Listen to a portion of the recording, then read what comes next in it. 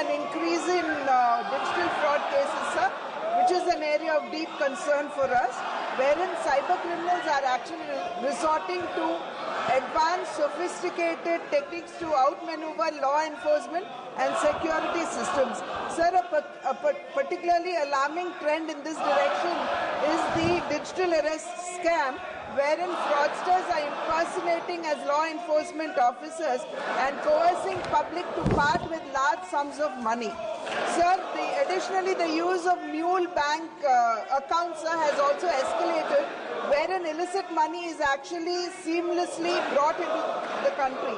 And techniques such as phishing, malware, and even SIM cloning are also further compromising the financial security of millions of Indian citizens.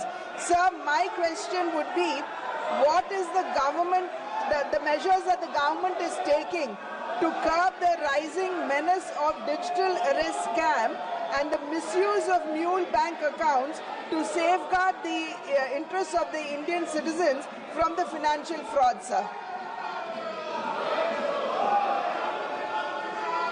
अध्यक्ष महोदय, digital arrest cyber crime का ही एक रूप है जिसको रोकने के लिए हमारी सरकार प्रतिबद्ध है। अपराध और अपराधियों के प्रति हमारी सरकार का जीरो टॉलरेंस नीति है। सरकार के विभिन्न विभागों और राज्य सरकारें आपस में समन्वय कर इस घटनाओं को रोकने और अपराधियों को पकड़ने में लगी हुई है। मैं इस बिंदु पर सदन को बताना चाहता हूं कि हमारी रोकथाम हेतु गठित I4C Indian cyber crime coordination centre द्वारा दूरसंचार विभाग के साथ समन्वय कर 17,000 व्हाट्सएप अकाउंट बंद कराए गए हैं, जिनका इस्तेमाल साइबर अपराधी कर रहे थे। साथ ही अन्य प्लेटफॉर्म के संदिग्ध अकाउंटों को भी बंद किया गया है। डिजिटल अरेस्ट के खिलाफ सरकार के तमाम विभागों की तरफ से व्यापक जागरूकता अभियान चलाया जा रहा है। TV, radio, social media, print media और कॉलर ट्यूनर के माध्यम से आम जनमानस को डिजिटल अरेस्ट के खिलाफ जागरूक किया जा रहा है और हम सबको पता है कि इसमें जागरूकता की बहुत आवश्यकता है। और माननीय प्रधानमंत्री जी ने भी इस बात को अपने मन की बात में कहा था कि पहले रुको, सोचो और एक्शन लो। हम सबको जागरूक लोगों को करने की आवश्यकता है। Honorable member. Well, KYC verification is mandatory, sir, at the time of onboarding.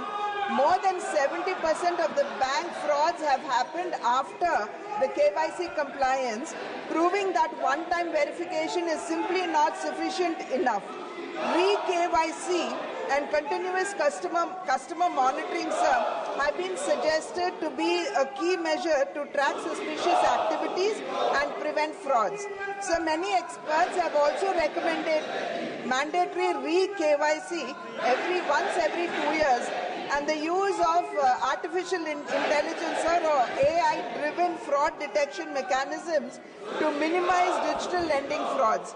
Sir, I would like to know from the Honourable Minister through you whether the government is in consultation with RBI in considering making re-KYC mandatory every 2 years and enforcing a continuous customer monitoring to prevent frauds beyond the initial stage of KYC, sir.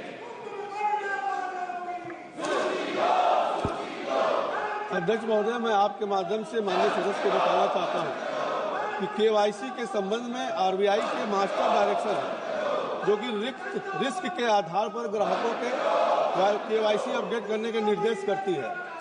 High risk ग्राहकों के लिए re-KYC 2 वर्ष में, middle risk ग्राहकों की re-KYC 8 वर्ष में और लो रिस्क ग्राहकों की re-KYC 10 वर्षों में कराए जाने की आवश्यक किया गया है, जबकि रिपोर्ट करती है उसके आधार पर यह तय किया जाता है।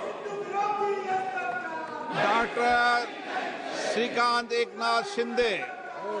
धन्यवाद अध्यक्ष महोदय। मेरा भी प्रश्न डिजिटल लैंडिंग फ्रॉड पर है। आरबीआई द्वारा प्रकाशित report on trend and progress of banking in India दिसंबर 2024 में बताया गया है कि अप्रैल से सितंबर 2024 के बीच बैंक फ्रॉड के 18,461 मामले सामने आए हैं, जिसमें 21,366 करोड़ का नुकसान हुआ है, जो पिछले वर्ष की तुलना में 8 गुना अधिक है। इस रिपोर्ट में एक नए प्रकार के bank fraud, digital lending fraud को लेकर भी गंभीर चिंता व्यक्त की गई है, जिसमें इंस्टेंट लोन एप्लीकेशन शामिल है।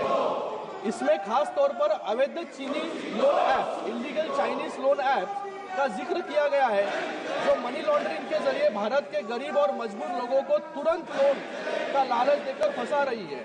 ये ऐप्स लोगों के कॉन्टैक्ट्स, पिक्चर्स और पर्सनल डेटा एक्सेस करके उनके साथ एब्यूज, थ्रेट्स और ब्लैकमेल कर रही है। चाइनीज क्रिमिनल सिंडिकेट्स और गैंग्स इन ऐप्स को संचालित कर रहे हैं, जिससे भारतीय अर्थव्यवस्था को भारी वित्तीय हानि पहुंच रही है। मेरा मंत्री जी से ये प्रश्न है कि सरकार इस अवैध चीनी लोन ऐप्स पर नियंत्रण के लिए क्या ठोस कदम उठा रही है? माननीय अध्यक्ष जी, जो सदस्य ने चिंता व्यक्त किया है कि फ्रॉड का केस काफ़ी बढ़ गई है, महोदय मैं आपके माध्यम से सदन को अवगत करना चाहता हूं कि माननीय उच्चतम न्यायालय के मार्च 2023 के निर्णय के अनुसार फ्रॉड रिपोर्टिंग से पहले सुनवाई का मौका देना आवश्यक है और इसलिए वर्तमान वित्त वर्ष 24-25 की शुरुआत में बहुत सारे फ्रॉड जो